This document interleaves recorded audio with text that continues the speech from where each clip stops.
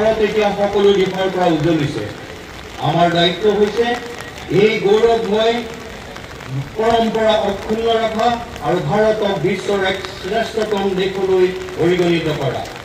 ভাৰতকে ধৰি মাননীয় প্ৰধানমন্ত্ৰী শ্ৰীযুত নৰেন্দ্ৰ মোদী ডাঙৰীয়াৰ দ্বাৰা পৰিকল্পিত বিভিন্ন পদক্ষেপসমূহৰ এই ক্ষেত্ৰত উল্লেখনীয় অৱদান আগবঢ়াব বুলি আমি আশাবাদী। ভাৰতৰ নবীনতম মহাৰত্ন কেন্দ্ৰীয় ৰাজহুৱা খণ্ডৰ প্ৰতিষ্ঠান অল ইণ্ডিয়া লিমিটেডে দেশৰ অৰ্থনৈতিক বিকাশ আৰু দেশৰ সুৰক্ষা নিৰাপত্তা সুনিশ্চিত কৰাৰ দিশত মই সুখী হৈছোঁ যে অইল জনাটো কৰিবলৈ সক্ষম হৈছে। বিত্তীয় পৰিৱেশন, কাৰ্যৰ উৎকৃষ্টতা, উদ্ভাৱন আৰু গৱেষণা, কৌশলগত বিকাশ আৰু নিগমিত সামাজিক দায়বদ্ধতা, শিক্ষা, স্বাস্থ্য আৰু অনাময় দক্ষতা আগবঢ়াব। শক্তি খৰচতে অইলেৰ 2000 আৰু আপোনালোকৰ সহযোগিতাত আমি এক অধিক শক্তিশালী ভৱিষ্যতৰ পথ। পোনপ্ৰথমে মই আপোনালোকক স্বাধীনতা দিৱসৰ অভিনন্দন জ্ঞাপন কৰিছোঁ আৰু লগতে আপোনালোকৰ জৰিয়তে সকলো দুলীয়াজানবাসী আৰু অসমৰ ৰাইজক মোৰ ফালৰ পৰা স্বাধীনতাৰ দিৱসৰ অভিনন্দন জ্ঞাপন কৰিছোঁ।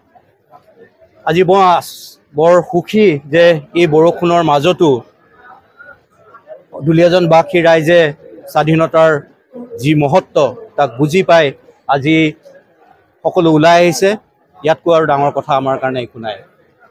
জাতি ধৰ্ম নিৰ্বিশেষে সকলোৱে একতাৰ মাজেৰে এখন বৃহৎ ভাল দেশ গঢ়ি তোলাৰ আমাৰ কৰ্তব্য আৰু সেয়া আমাৰ আজিৰ এই যি সমাৱেশ সেয়ে তাক প্ৰমাণ। আমি আচলতে ইয়াৰ সুবিধাৰ এটা ৰাখি ভাবিছোঁ যে 15 আগষ্টৰ দিনটো বন্ধও থাকে।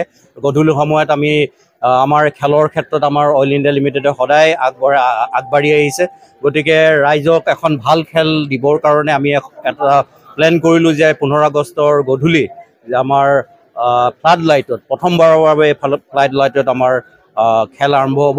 গতিকে মই আপোনালোকৰ জৰিয়তে সকলোকে এই খেল উপভোগ কৰিবলৈ অইল ইণ্ডিয়া ইতিমধ্যে মই বহুতবাৰ কৈছে, CMD ছাৰেও ইয়াক কৈছে, বিভিন্ন ধৰণৰ পৰিকল্পনা লৈছে, যাৰ জৰিয়তে স্মাৰ্ট চিটিৰ জৰিয়তে বিভিন্ন পৰিকল্পনা লৈছে।